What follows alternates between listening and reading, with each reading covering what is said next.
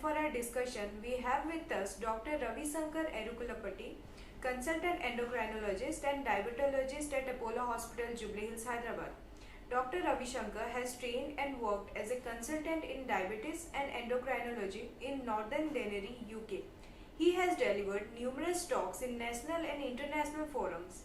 Dr. Ravi Sankar is passionate about patient education programs, gave hundreds of television interviews, articles in print media, and also runs a YouTube channel, Health and Hormones. He is also the co-founder and current president of the Association of Clinical Endocrinologists. So welcome doctor to our Facebook live session. Hello. So starting with our question, so doctor, could you please brief our audience what exactly does reversing diabetes mean? These days everybody is speaking about reversing diabetes. When we speak about reversing diabetes, we are saying about remission of diabetes. I.e., once somebody has been diagnosed with diabetes, if you are able to stop the medications in a scientific manner, and if you can continue without medications for a little while, we can call it technically as remission of diabetes. In layman's words, this is called as reversal of diabetes. So to cut the long story short, if you are able to stop the medications of an individual who's been diagnosed with diabetes and just keep the sugar levels at bay within the target range or in the non-diabetic range, then you can call it as reversal of diabetes or remission of diabetes. So doctor, can we reverse diabetes in those with type 1 diabetes? See, this is a very interesting question. There are two types of diabetes mainly. One is type 1 and type 2 diabetes. Of course, we do have other forms of diabetes as well, such as gestational diabetes, secondary diabetes, MODY, etc.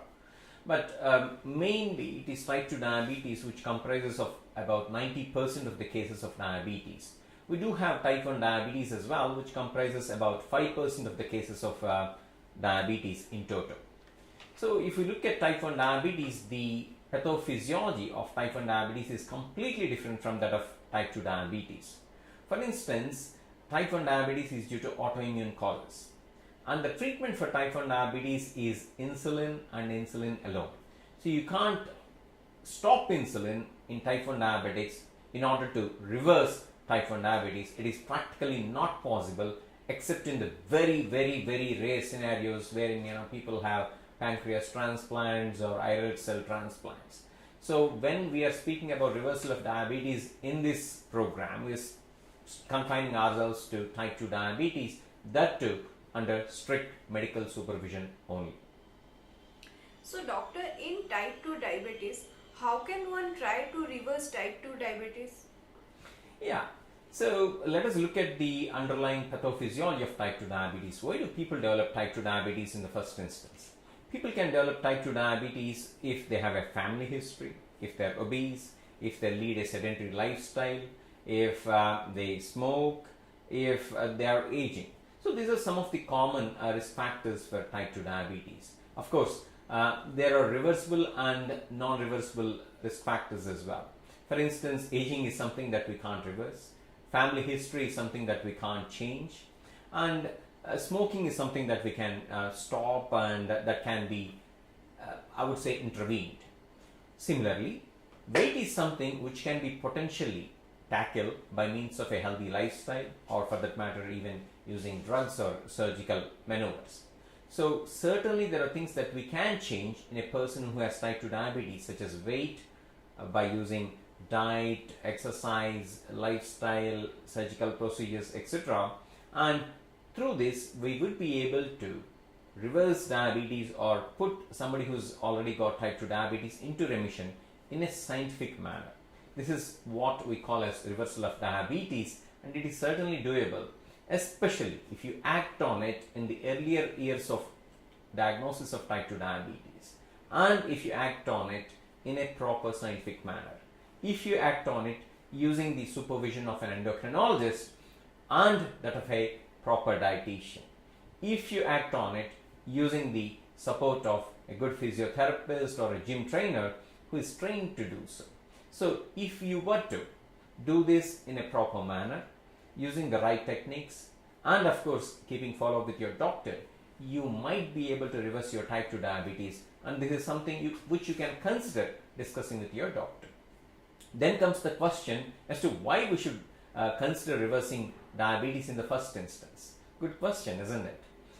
But do remember, none of us want to take medications if we can avoid those medications. None of us want to develop the complications of type 2 diabetes, for instance, the eye problems, kidney problems, nerve problems, heart problems, brain stroke, erectile dysfunction, and there's a big list of these. So if there is a chance by which we can avoid all the medications that we are supposed to take when we have type 2 diabetes, and also prevent all the deleterious complications of type 2 diabetes, why not try it under appropriate medical supervision? So doctor, once you reverse type 2 diabetes, will it ever come back? Yes, so we were earlier discussing about reversing diabetes and as to how we can do it. So just let's take the example of a person who is say 90 kilos and has developed type 2 diabetes, unfortunately at an early age of 35 years. If this person were to follow a strict dietary and weight loss regime by means of exercise, sleeping on time, quitting smoking, then this person might be able to reverse his type 2 diabetes, especially if he acts on it in the initial few months and years after diagnosis of type 2 diabetes. If this person were to neglect it and want to reverse type 2 diabetes, say after 10 years after diagnosis of type 2 diabetes, then it may not be practically feasible, because studies have clearly shown that earlier the intervention in terms of weight loss, in terms of strict diet control, in terms of proper exercise regime, the higher the chances of reversing type 2 diabetes. So this individual whom we cited earlier would be able to reverse type 2 diabetes provided that individual takes appropriate medical help, provided he follows a regular good exercise regime, and of course a strict diet control as well. All these have to be taken into consideration, and of course his medications ought to be down titrated as well under the supervision of a proper specialist. So by all these means it is certainly possible to reverse type 2 diabetes. But coming back to your question, imagine this person sheds about 20 kilos in about a span of an year or year and a half and is able to reverse his type 2 diabetes. But if this individual were to unfortunately go back to his bad habits, i.e. not eating the right kind of food and the right quantity of food, not exercising properly, not sleeping on time, and of course sleeping for less number of hours than required, then there is every chance that this person's type 2 diabetes might come back. So remember, it's only reversal or remission which is a temporary phase, and if you were to put on all those extra pounds that you already shed, then there is every chance that your type 2 diabetes might come back. This is in the simplest of the words. So doctor, what are the various diets and dietary restrictions one need to follow in order to reverse type 2 diabetes? See, when we are speaking about reversing type 2 diabetes, we are speaking about following a lifestyle based approach here rather than going for a bariatric surgical approach here. In fact, studies have shown that if you undergo a bariatric surgery, again by the right specialist, you might be able to reverse your type 2 diabetes. That's an altogether different scenario, but today I am confining myself mainly to lifestyle based approach. You need to first consult a proper dietitian along with a proper endocrinologist who is specialized and trained to do this.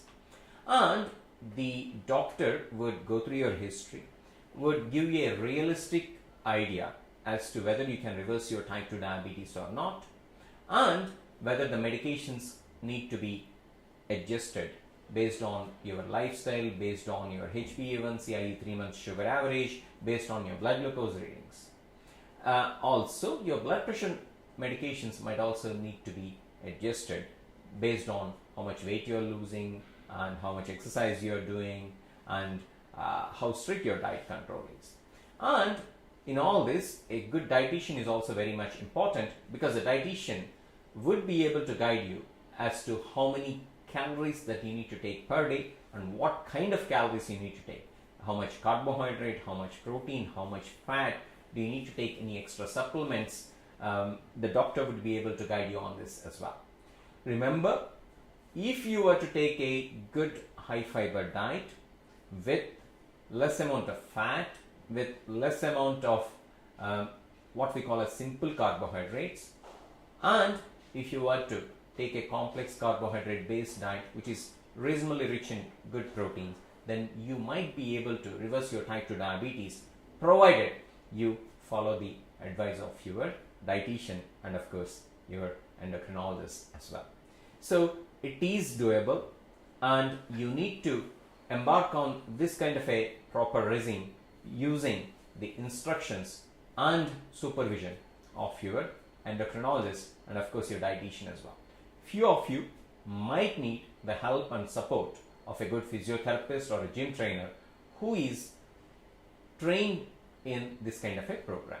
What we suggest is just don't read in the internet or fall prey to all the fancy fad diets that may not actually be of much help in certain individuals. Remember, there are a lot of fad diets around. All these fad diets are obviously fad diets. A diet that is sustainable and practical can only be followed. And do remember, even with the best supervision, some of these cases may not be reversed.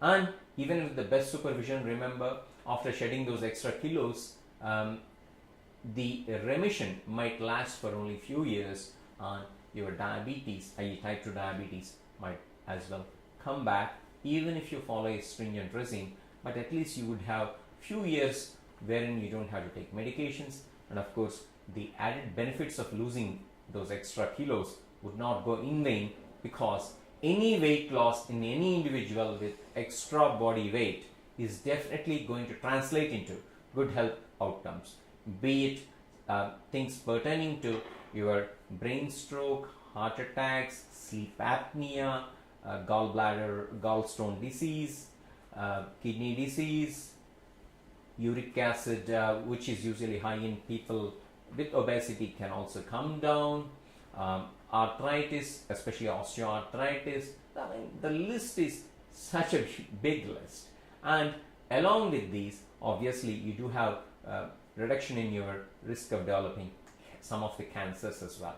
So it's not just your type 2 diabetes remission that you are achieving, you are able to achieve other added benefits as well, be it pertaining to your heart, be it pertaining to your brain stroke risk, kidney problems, and not to forget blood pressure as well. So are there any studies to justify or approve that type 2 diabetes can be reversed? Of course, what all I am telling you is based on proper scientific studies. For instance, we do have a trial called Direct trial, which has been conducted in the northeast of England and Scotland. And what they did was they enrolled people who are keen to join that particular study.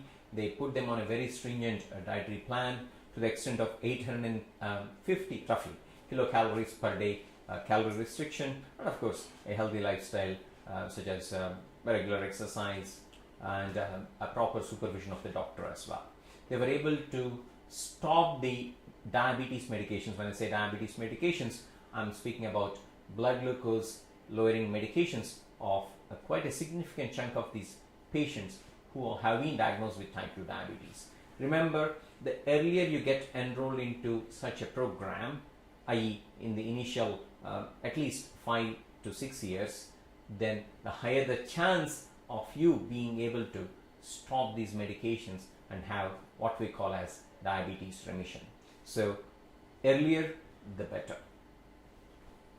So doctor, has any one of your patients been able to reverse type 2 diabetes so far? Of course, this is something that we see almost daily in our day-to-day practice. Some of them have enrolled in dedicated programs specifically designed for this. Some of them have actually followed the guidance of the doctor and the dietitian, and some of them are so much motivated that they really persevere through all this over the months and years, and they're certainly able to shed those extra pounds and been able to reverse their type 2 diabetes. This is not uncommon, and we have been seeing these results over the last several years. It's not just me, there are many doctors over there who do a good job, and they're able to reverse their patients' type 2 diabetes, and of course with the active participation and dedication of the patient as well.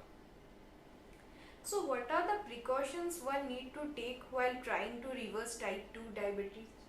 Yeah, when you are serious about reversing type 2 diabetes, it is very much important that you follow the guidance of a proper specialist, and the specialist would have usually sought the help of a proper dietitian as well, a proper qualified dietitian, and together they would suggest a diet that is doable, that is balanced as well, so that you don't develop micronutrient deficiencies such as vitamin and mineral deficiencies, that you don't develop deficiency of fiber in your diet, which is very important, and to make sure that you don't get dehydrated, and also to make sure that you are able to really follow such a stringent dietary program.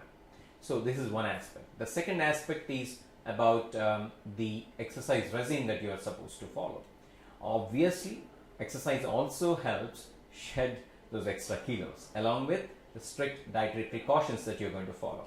So apart from the diet and exercise regime, it is very important to get good, I would say around 7 to 8 hours of sleep daily, that to timely sleep.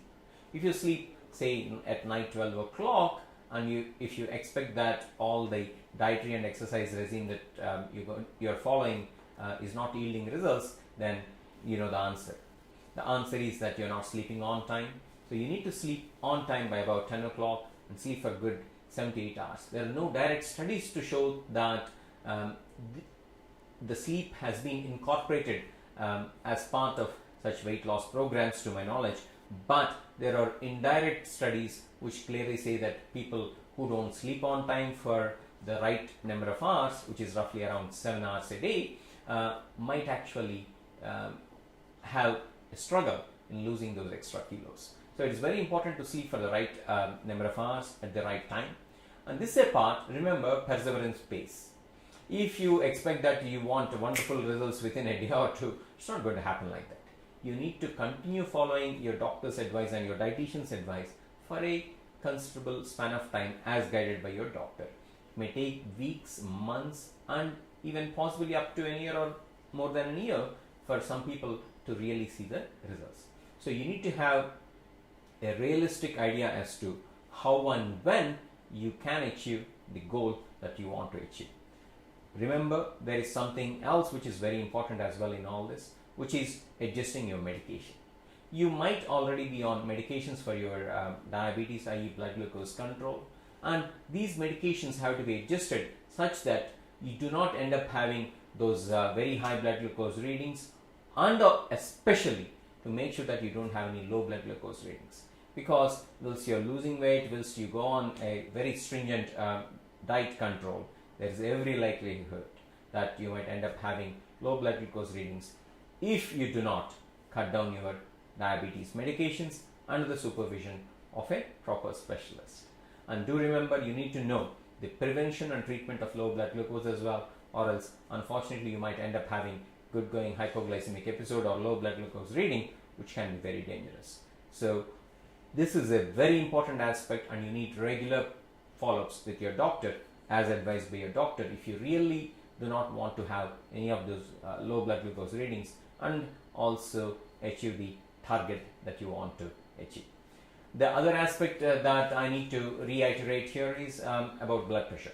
Blood pressure medications also need adjustment whilst you're trying to lose weight and go into a remission of type 2 diabetes, because most of these medications usually have to be cut down when you're losing your body weight. So remember these basics: 1. Diet, 2. Exercise, 3. Good sleep, 4. As I earlier mentioned, adjustment of your medications such as your blood pressure and sugar medications, and keeping regular follow-up with your doctor and having realistic goals as well. So coming towards our next question, Is there a risk of low blood glucose in those who are trying to reverse type 2 diabetes? Of course, we covered this already in the previous answer. Yes, low blood glucose is a very, very serious problem in anyone who is taking medications for diabetes, and this applies in the context of what we are discussing now, which is trying to achieve a remission of type 2 diabetes. If anybody were to continue the same medications whilst cutting down their total calories per day, whilst exercising rigorously, and if they do not follow the proper advice of their specialist doctor, then there is every likelihood that they might end up having a low blood glucose reading, which can be easily avoided provided you take the advice of the specialist and follow that advice. So do remember, don't try this on your own. This has to be done under the supervision of a properly trained doctor and a dietitian, and of course following the advice that they give you as well. So doctor, is it just blood sugar that improves when one tries to reverse type 2 diabetes, or are there any additional health benefits? I think we tried to cover in some of the explanation that I was giving for some of the questions previously, but let me try to reiterate. Obesity is a killer. We are amidst a pandemic, I dare say, of obesity, especially in India, and we might be able to come out of the COVID pandemic fairly soon, but it looks like there is no light at the end of the tunnel when it comes to the pandemic of obesity and diabetes. So obesity in general can lead to a variety of health problems. I was previously mentioning as to how it can lead to brain stroke, heart attack, heart failure, sleep apnea, can lead to low self-esteem, depression, it can lead to serious mental health issues, it can lead to gallbladder related problems, or what we call as fatty liver, and even cirrhosis. It can lead to gout, it can lead to high uric acid levels, which in turn leads to gouty attacks. It can lead to osteoarthritis, that means excessive wear and tear of your joints, for example knee joints or hips. It can lead to kidney disease, it can lead to high blood pressure, it can lead to some of the cancers as well. So, and remember, it's not just type 2 diabetes that increases when you're obese. So it is very important to remember that there are too many problems out there, including infertility, which can happen because of obesity, and it is very important to make sure that we cut down those extra kilos and attain the many benefits that one can accrue, such as remission of type 2 diabetes, and of course the risk of all the other things that we discussed so far also would come down. So it's not just type 2 diabetes that's going to get better, it's your blood pressure, it's your risk of heart attacks, it's your risk of having brain stroke, it's your uric acid levels, it's your cholesterol levels, it's your risk of having osteoarthritis. You feel light at the end of the day, and your chance of getting admitted to a hospital would also certainly come down. So it all boils down to obesity, those extra kilos. So certainly you do have a lot of other health benefits along with remission of type 2 diabetes. Imagine somebody who is snoring and needing CPAP, not needing it after losing those extra 15 or 20 kilos. I mean, how nice it is. So think about all the added benefits that come along with remission of type 2 diabetes when you are losing those extra kilos. So certainly, yes, you can achieve a lot of health benefits if at all you were to lose those extra kilos and undergo what we call as remission of type 2 diabetes. So coming towards our audience questions, so if I have diabetes, can I do fasting? It is an interesting question. It all depends on which type of diabetes you have. If you have type 1 diabetes, you need to be extra cautious because your risk of having low blood glucose readings is pretty high if you fast without the proper supervision and advice of your doctor. Coming to type 2 diabetes, yes, if you are to be on simple medications like metformin, it might be feasible for you to fast. But again, you need to take the advice of your doctor. But if you are to be on medications such as sulfonylureas, which can cause increased risk of low blood glucose, then you better take the advice of your doctor before you think about fasting, because these medications may have to be changed to different medications such as DPP4 inhibitors such as your sitagliptin, linagliptin, vildagliptin, etc., which can have a lower risk of having low blood glucose instead of using sulfonylureas. Similarly, if you are to be using insulin, whilst being a type 2 diabetic, you need to think twice and discuss with your doctor as well as to whether it is safe for you to fast, because your insulin regimes may have to be changed. Do remember, fasting is done for a variety of reasons by people. Some people do fast for religious reasons. Some people fast for health reasons as well, because intermittent fasting is something which is in vogue. And again, if you want to consider trying out intermittent fasting, it is very essential that you discuss this with your doctor. I'm not against intermittent fasting as a maneuver to lose weight, but I'm not a big fan of it either. So I think we need to pick and choose the right person to consider intermittent fasting as a way and means to lose extra body weight. And if you are to be a diabetic and taking medications, it is essential that you discuss this with your doctor prior to you thinking of doing fasting, be it for religious reasons or doing it for health reasons. So will I be able to manage my life without medicines after my reversal? Yeah, that's what we discussed thus far. It is certainly possible to reverse your type 2 diabetes and have a considerable period wherein you don't need any medications for controlling your blood glucose levels. But as to whether it is possible in you or not can only be assessed using such parameters like how long do you have type 2 diabetes, what's your body weight, is it really possible for you to shed those extra kilos, how long has it been since you developed diabetes, and what kind of medications you're taking. Are you on insulin or are you on just tablets? If so, what kind of tablets you're taking, what are the doses? All these need to be taken into consideration before one can assure you as to whether you can really achieve remission of diabetes and have a significant period wherein you don't have to take any medications to control your blood glucose readings. So how long could it take to reverse the type 2 diabetes? It is quite variable. Again, you need to take into consideration the kind of medications the person is using, whether the person is on insulin, because if somebody were to be on insulin, then it makes it even more difficult for that person to achieve remission of type 2 diabetes. I won't say it is impossible, but it is very tough. Again, the duration of diabetes, the body mass index of the individual, all these have to be taken into consideration before one can say that a particular individual can achieve remission in so and so period of time. So each case is different. Each case has to be analyzed and assessed and given advice on that particular case's own merits. So which fruits are advised to avoid if you are a diabetic? So this is a generalized question. In general, many people think that fruits are not good for diabetics and that people with diabetes should not be taking fruits.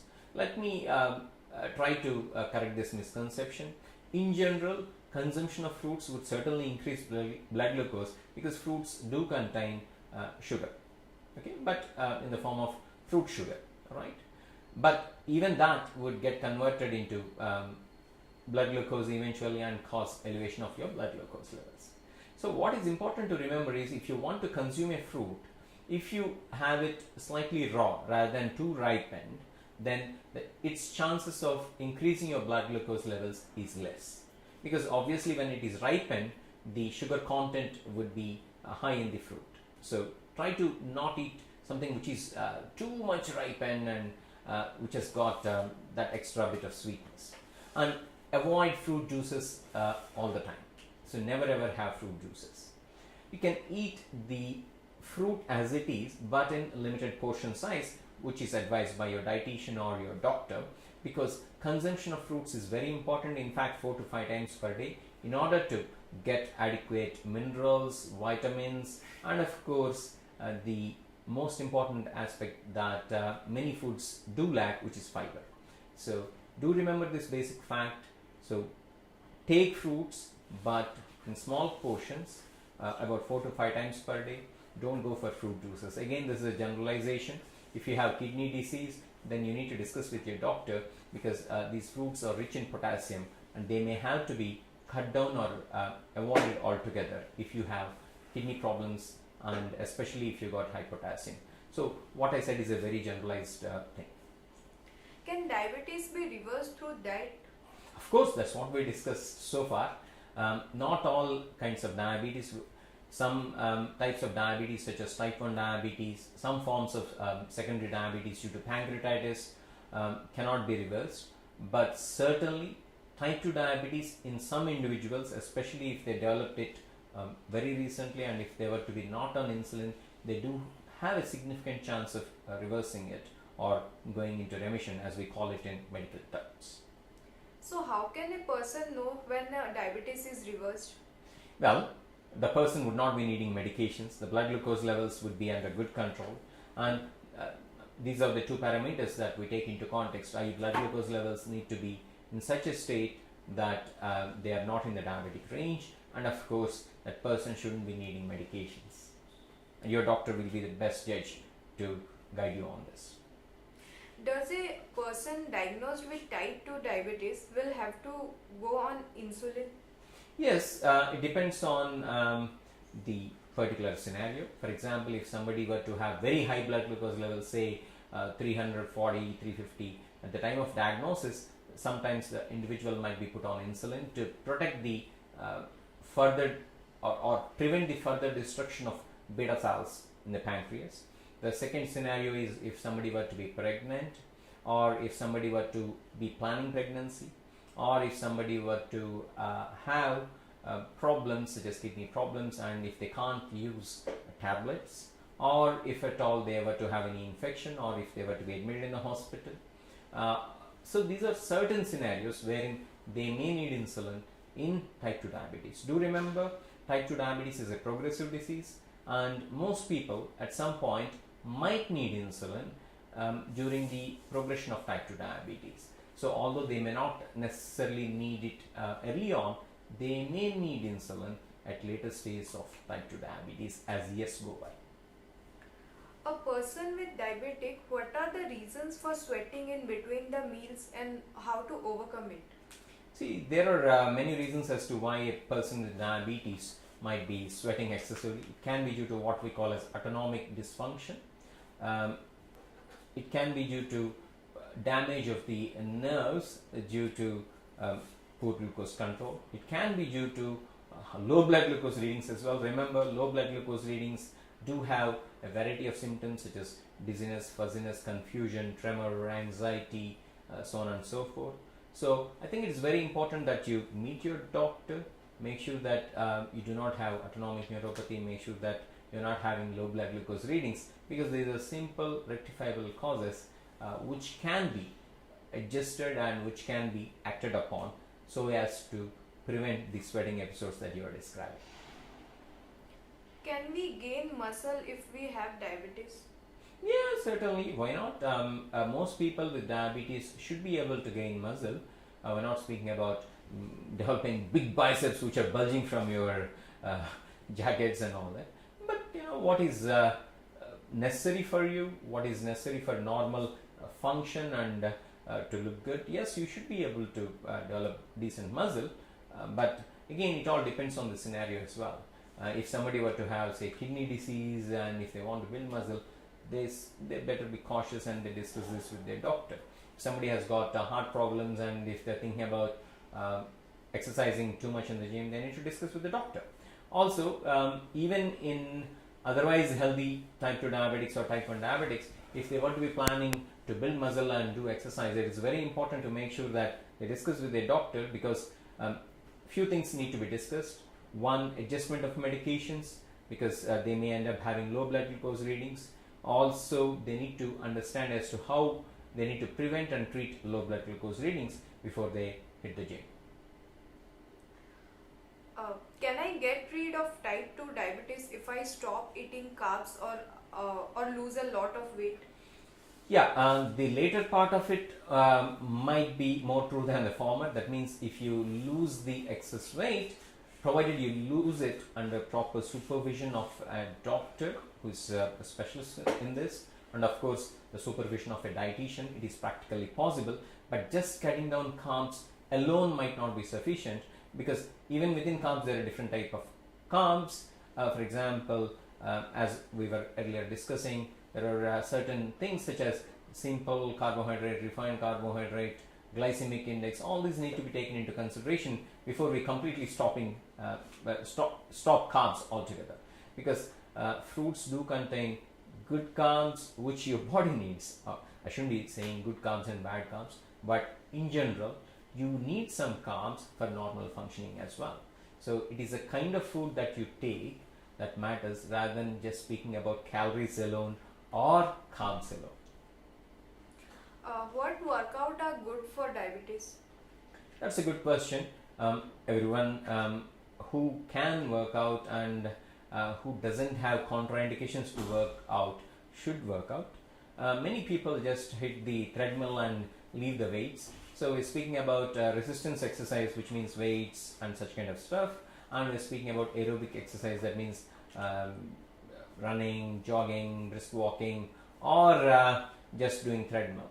So I think everybody needs a combination of these two, and both of these are known to facilitate good glucose control in people with type 2 diabetes. Aerobic exercise are particularly important to prevent heart problems, but do remember, when it comes to good blood glucose control, both aerobic and of course your resistance exercise such as weights are necessary in order to keep the blood glucose levels in good control. So coming towards our last question. So doctor, could you please tell our audience about the facilities provided at Apollo Hospital, Jubilee Hills, Hyderabad? Yeah, of course we do have endocrinologists here, just like me.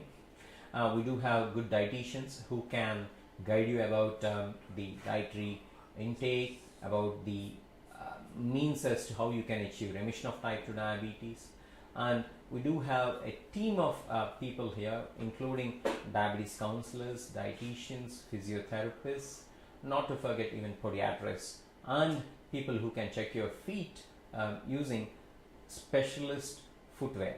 So this is a holistic team approach rather than one individual trying to make you feel better when you have type 2 diabetes. So this is the best thing that we do have, and we are very much proud of our teamwork. So dear viewers, we have come to the end of our session and hope we have covered all aspects. If you still have more doubts, you can book an appointment with Dr. Ravi Sankar and clarify your doubts. Thank you, doctor, for educating our audience in today's session. Take care. Thank you for joining us. Stay tuned for more such educative live sessions. Namaste.